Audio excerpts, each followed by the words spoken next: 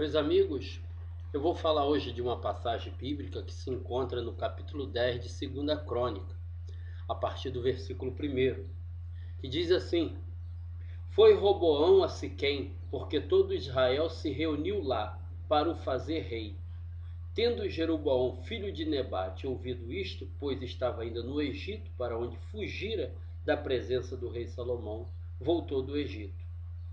Mandaram chamá-lo e veio ele com todo Israel, e Roboão lhe falaram: Teu pai fez pesado o nosso jugo. Agora, pois, alivia tua dura servidão que teu pai e o seu pesado jugo que nos impôs, e nós te serviremos. Ora, nós vemos aqui no capítulo 1, versículo 1, no capítulo 10, versículo 1 de 2 Crônica, que o povo se reuniu para fazer Roboão rei, mas com uma condição: que tirasse de sobre eles o jugo. Que jugo? Os impostos. O trabalho forçado, porque o povo era obrigado a trabalhar a troco de miséria, como nós vemos no seguinte à frente desse capítulo 10 de 2 Crônica. Então nós vemos um rei Salomão que todo mundo elogia, que todo mundo tem ele como o homem mais sábio do mundo, mas nenhum pastor até hoje pregou dizendo que ele escravizava o seu povo, que ele fazia o povo a trabalhar, além de trabalhar como escravo, ainda pagar impostos pesados, a ponto do povo, naquela época, se reunir toda a comunidade de Israel, ou seja, as 10 tribos de Israel, que ia eleger seu filho como rei de Israel, mas com uma condição: que ele diminuísse a carga tributária, que não escravizasse o povo. E ele foi tomar conselho com os velhos da cidade, com os sábios de Salomão. E os sábios disseram para eles, no versículo 7, diga ao povo palavra boa e seja benigno para esse povo. Ou seja, ser bom quer dizer tirar o jugo, tirar esse jugo pesado que o povo está exigindo. Aí eu pergunto a vocês, é diferente de hoje? Não. As pessoas hoje trabalham forçado. Eles trabalham forçado para não virar bandido. Porque dentro deles, eles estão trabalhando, mas estão revoltados, porque o que eles ganham não dá para comer. O que eles ganham não dá para alimentar os seus filhos. E vem os políticos, vem o governo, vem os empresários dizendo que vai melhorar. E nós sabemos que tudo isso é uma mentira. Se não houver um embate da igreja contra a injustiça social, como aqui a Bíblia nos mostra, injustiça social. Como está lá no livro de Amós também, injustiça social. Se a igreja não lutar contra isso, eu quero dizer para vocês, pelo padrão que eu estou vendo a nação brasileira, nós estamos caminhando para o caos. E quando a igreja acordar, a igreja simplesmente será rechaçada com uma punição muito dura. Então, meus amigos e conhecedores da palavra de Deus, eu quero pedir a vossa atenção que olhe com carinho para o necessitado desse povo, para o escravizado. Porque vocês evangélicos, quando eu digo vocês, eu estou me incluindo, porque eu também defendo a bandeira do evangelho e a doutrina de Jesus. Mas eu vejo uma igreja que ainda parece que está dentro da caverna. Nós estamos precisando de homem como Sadraque, Mesaque e Abidnego que mude o curso dessa nação. Nós estamos precisando de homens como Elias, que mudou o curso do governo de Acabe.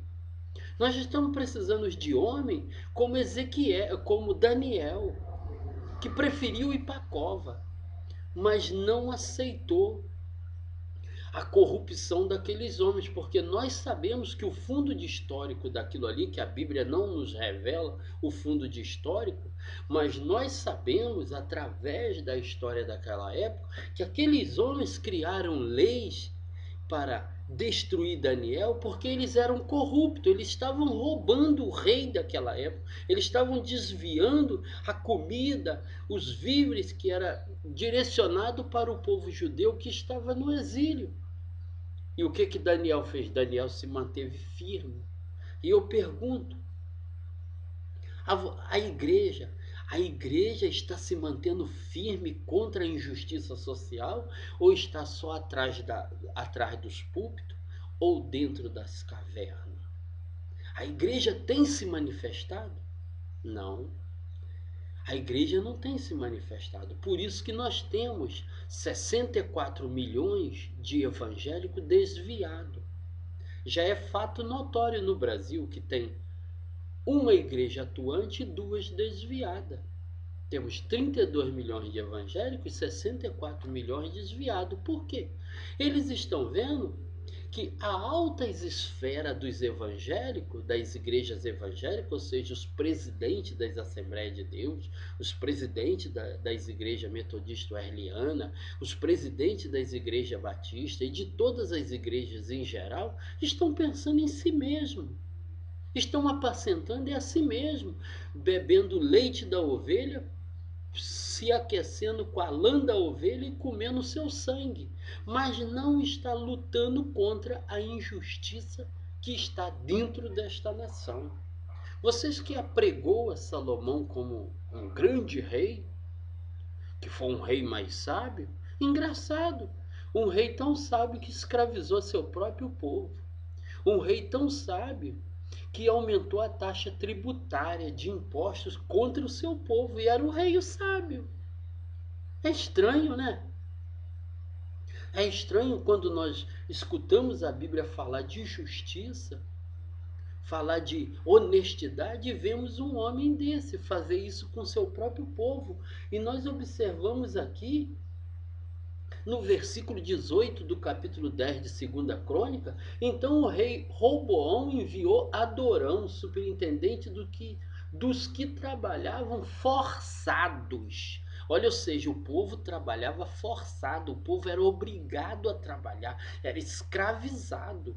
E olha só, isso aqui foi antes dele ser rei, isso foi no período de Salomão.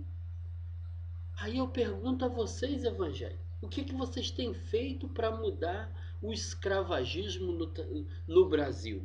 Porque de 2.000 trabalhadores, 15% se transforma em bandido. 15% das mulheres vira prostituta. 15% dos homens vira traficante, ou seja, 45% debanda para o outro lado. Entendeu? Isso é fato notório. Se vocês querem ter uma realidade disso, veja o vídeo, o depoimento do ex-secretário de Segurança Pública do Rio de Janeiro, senhor Hélio Luz, que difundiu isso bem claramente. E quando ele difundiu essas ideias, o que fizeram com ele? Afastaram ele do cargo de segurança pública e botaram ele no silêncio.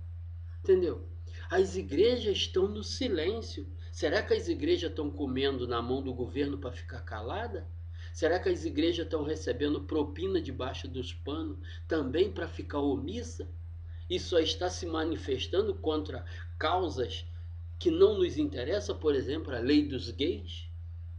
Que isso é causa que não nos interessa, porque desde que o mundo é mundo, sempre existiu gay, e gay sempre vai existir, eu não tenho nada contra eles que vivem sua vida para lá e eu a minha, entendeu? Então está na hora da igreja acordar contra as injustiças sociais desse país. Está na hora de vocês despertarem e irem para a rua, brigar no bom sentido, brigas de ideia, não é agressão física, contra o governo, contra essa injustiça, contra esse imposto exorbitante que nos massacra, que humilha nossa dignidade humana. Eu conto com vocês, evangélicos, que se diz que são luz e que são sal.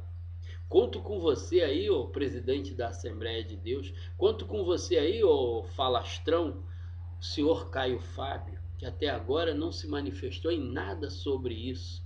Então, em vez de vocês ficar fazendo fofoquinha uns com os outros aí, tá na hora de vocês acordar para um bem comum, que é contra o esmagamento do